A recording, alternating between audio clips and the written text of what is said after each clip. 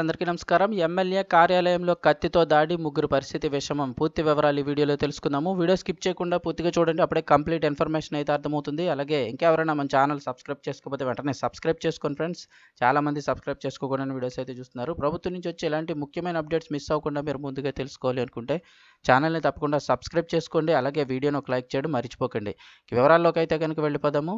MLA కార్యాలయంలో కత్తిపోట్లు, ముగ్గురికి గాయాలు. ఇక్కడ అయితే చూస్తున్నారు కదా, ఏలూరు జిల్లా నూజివీడు ఎమ్మెల్యే కార్యాలయంలో కౌన్సిలర్ల భర్తల మధ్య చెలరేగిన ఘర్షణ అయితే కనుక కత్తిపోట్లకు దారితీసింది. బ్యానర్లు కట్టే విషయంలో ఇద్దరు కౌన్సిలర్ల భర్తల మధ్య వివాదం నడుస్తోంది. ఎమ్మెల్యే మేక వెంకట ప్రతాప అప్పారావు కార్యాలయంలో ఇరువురు కౌన్సిలర్ల భర్తలు మేకల అనిల్, రామగిరి రంగబాబు మధ్య చర్చలు జరుగుతున్న తరుణంలో ఇరు వర్గాల మధ్య ఘర్షణ చెలరేగి పరస్పరం కొట్టుకున్నారు. ఈ ఘటనలో ముగ్గురికి స్వల్ప గాయాలైనట్లు తెలుస్తోంది.